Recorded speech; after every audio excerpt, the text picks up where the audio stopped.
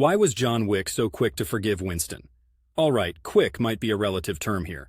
When we unpack the relationship between John Wick and Winston, we're diving into a saga of layered complexities, one rife with silent understandings and crisscrossed loyalties. These are not your average Joes splitting the bill at a diner. This is about survival in a world that's darker than most of us will ever know. Winston, as the manager of the Continental Hotel, represents a linchpin in the underworld John Wick operates within. Their bond, forged from mutual respect and years of experience, is akin to the seasoned understanding between two war veterans. They've seen things, done things, and have a shorthand that speaks volumes in silence. John understands the precarious balance that Winston maintains. All decisions come with a price in their world, and in the grand game, sacrifices are inevitable. At the end of the day, it's about business and survival. When Winston seemingly betrays John, it's understood as a move to maintain order and control, not necessarily a personal vendetta.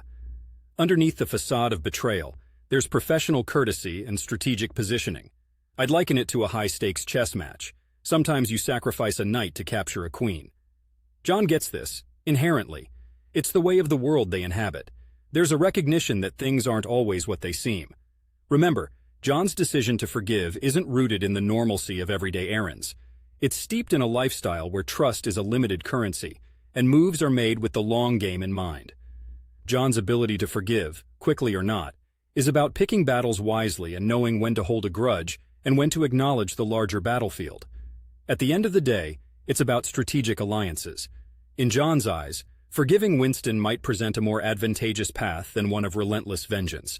After all, it's not just about being a lone wolf.